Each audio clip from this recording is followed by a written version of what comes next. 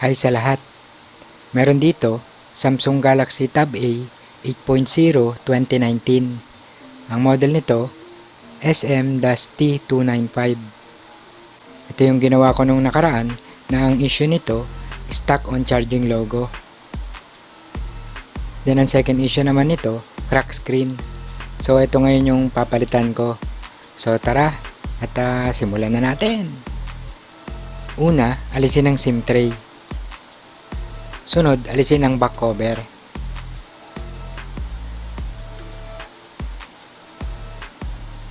Alisin ang battery at LCD connector holder. Then i-disconnect ang battery connector at LCD flex cable. Sunod, tanggalin ang dikit ng LCD at iangat ito ng bahagya. Hindi naman mahirap ang pagpalit ng LCD nito.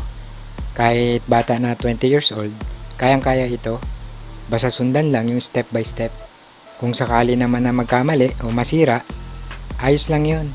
Minsan talaga nasa kamalian ang katuturan. Basta walang sisihan. Do at your own risk. Sunod, alisin ang battery adhesive sa kaliwa at sa kanan ng battery.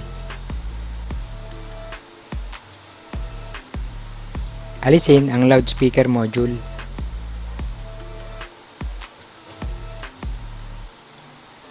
I-disconnect ang flex cable ng charging board. Then alisin na ang LCD. Dito sa middle frame may problema ito. May mga sira na yung mga kanto. Pero dahil sa walang budget yung may-ari, kaya ito pa rin yung gagamitin. Sunod, takpan ng dalawang camera para hindi ito marumihan. Then linisan na ang middle frame. Mahalaga na nililinis muna yung middle frame bago magpalit ng LCD o ng touchscreen para mas lumapat ito. Mas madaling mabasag o mag-crack ang LCD o ang touchscreen kapag hindi ito nakalapat ng pagkakakabit. Sa pagbili ng LCD nito, mag-open lang kayo ng kahit na anong browser, then i-type Samsung space SM-T295 space LCD. Dito, makakapili na kayo kung saan nyo gusto bumili. Kapag dumating yung in-order na LCD, i-check muna ito kung parehas ito ng size, kung parehas ito ng flex cable, at kung parehas ito ng speaker at camera location. Sunod, i-test muna ito para malaman kung gumagana ito ng maayos at para maisauli kung mayroon itong problema. I-check kung mayroong crack, i-check kung may dead pixel, at i-check kung gumagana ng maayos yung touch. Then alisin na yung ikinover sa camera. At lagyan na ito ng LCD adhesive. Naubusan na ako ng kulay puti, kaya kulay black na lang ang ginamit ko na adhesive. Sunod, ilagay na yung LCD at i-check kung nakapasok ng maayos yung flex cable na papunta sa charging board. Then ilapat ito ng mabuti. Sunod, i-connect na yung LCD flex cable sa connector. Sunod, lagyan na ito ng battery adhesive o double-sided tape. Ilagay na ang battery. Then i-connect na ang battery.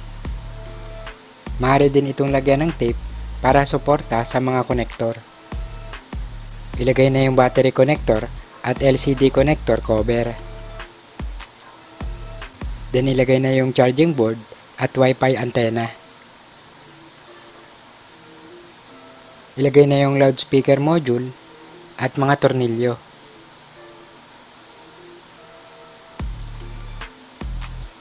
Ilagay na ang back cover at ilapat ito.